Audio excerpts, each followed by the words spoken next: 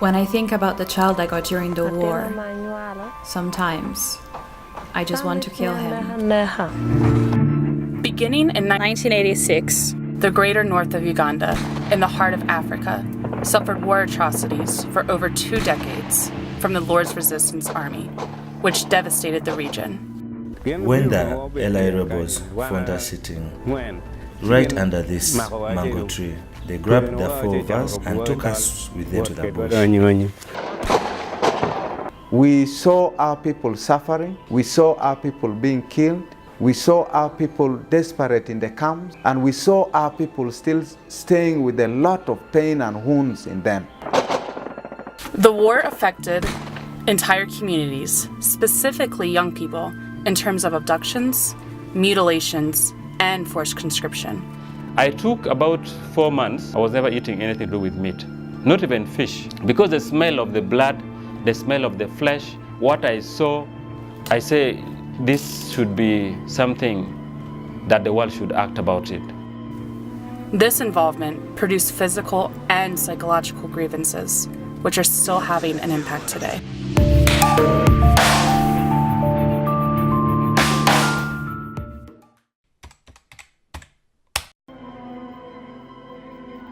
During the conflict, the Coptic rebellion abducted over 66,000 children, according to UNICEF and Save the Children, of which 30,000 have never come back, and their families are waiting in great pain. While being held captive, these children suffered from torture, severe beatings, and mutilation.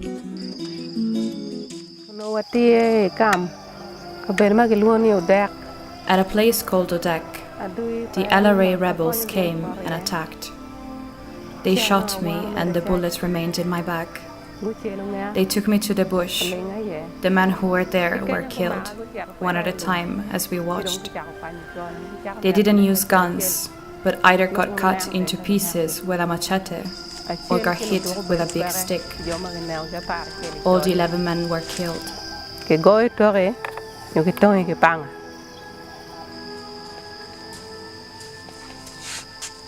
Girls and women were abducted, forced into marriage with senior-ranked rebel officers, enslaved, and sexually violated.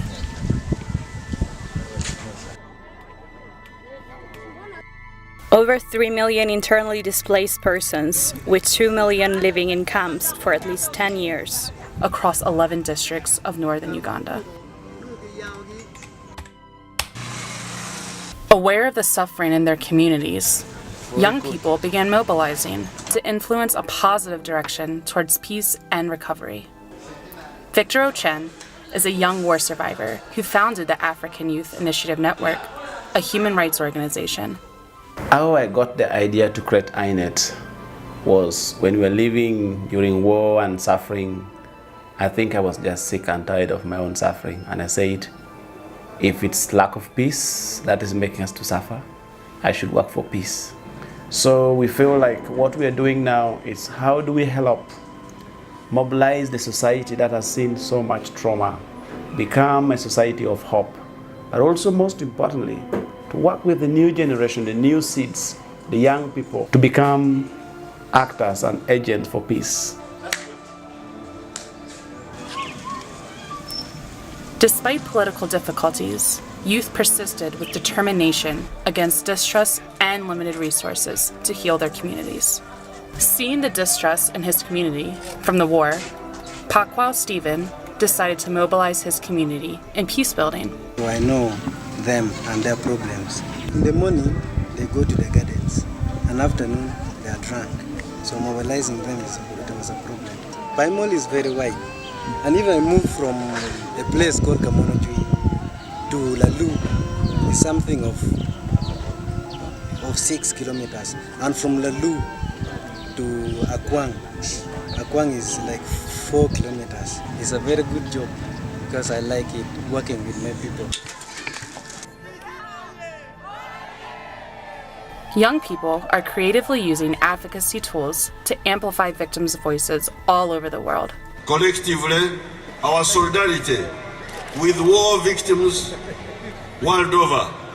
I wish to applaud the Uganda Victims Foundation, UVF, and the African Youth Initiative Network. It's a great honor and pleasure for me to participate and play in this war victims football match. Medical reconstructive surgery was a dire need for victims who had suffered severe physical injuries during the conflict. We see patients with multiple problems, with giant bullets, splinters, giant splinters. We see patients also with swellings, where each month we are operating about over 200 patients.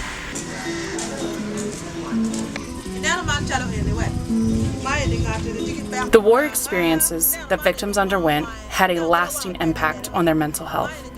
For complete healing, psychological support is still needed to make recovery possible.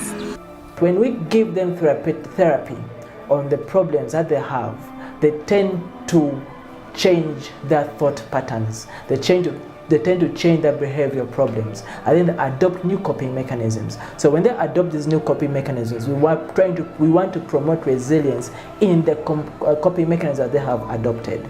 Over 21,000 mutilated victims of rape and torture have been treated by medical teams, and over 100,000 trauma support provided by psychosocial team.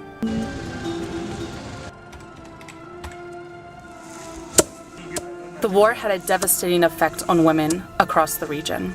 However, in seeking justice, the patriarchal traditions continue to exclude women. African Youth Initiative Network is creating equal opportunities for women to promote their engagement and leadership in seeking justice, peace, and reconciliation in Northern Uganda. We formed women's associations in the communities. Then when you form these women's associations, we build their capacity on issues of referral pathways. We build their capacity on counseling skills, on how to attend to issues of GBV, and then we also train stakeholders in all these things. I learned how to speak in the public. At the moment, I'm a female youth councillor of Lira Sub-County. I'm honorable, not just an ordinary person as people used to know. Youth were used as tools of violence, deprived of opportunities, and faced displacement during the war. Post-conflict youth have become more susceptible to commit crime due to the trauma they endured. These people, they came back from the bush, they were not rehabilitated well, sent to the community. So we came a lot across these people. But now, our task was now, some of them were already thieves, some of them they want to always fight, some of them, they're bad-mannered people. During and after the war, African Youth Initiative Network improved the capacity of youth to become leaders, to resolve and mitigate conflicts, and game changers to promote peace, unity, and national reconciliation. The approach which we're giving, to the community, bringing them for training, taking them for symposium whereby you bring different people from different tribes, and then they try to share the different cultures, the different tribes and norms. The youth department has mobilized and trained tens of thousands of youth as leaders for peace and justice. I had a big problem of land. The person I used to dig with would give me a lot of trouble. I did not know anything back then, and I was always very angry.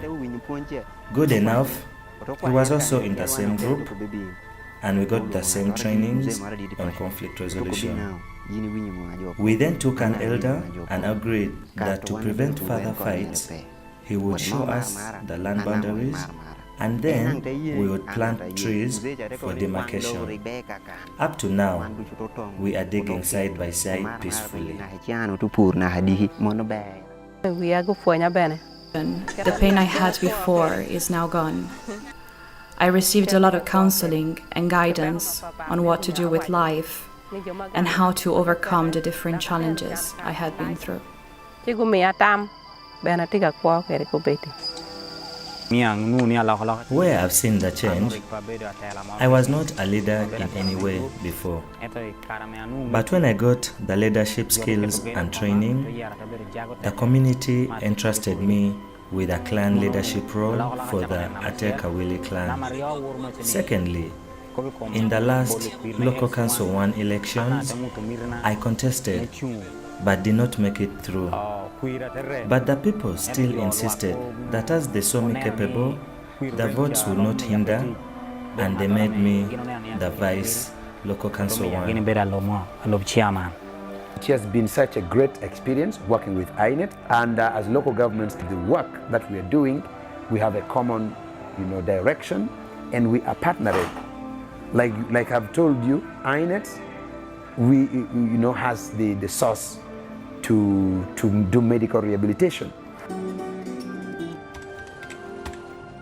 We all want to live in peace. As VICTOR OCHEN of AYINET has said. Now, like many children in his community, VICTOR OCHEN grew up without enough food or clothes. African Youth Initiative Network's work has attracted recognition and endorsements from distinguished high-profile personalities, institutions, governments, and partners across the globe. Young people, many of you were born into conflict and told who your friends and enemies should be. But you are the vanguard of change. You are the leadership in waiting. You have the ability to bridge the violent past to a prosperous future.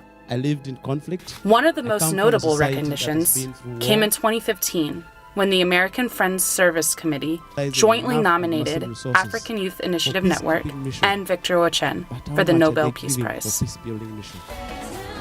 I remember when the nomination came, the news was all over the world, but we're happy that our energy, instead of channeling it for destruction, we channel it for rebuilding, prevention, and recovery. Despite the existing challenges, the contributions of these young people are making peace and justice a reality across the world.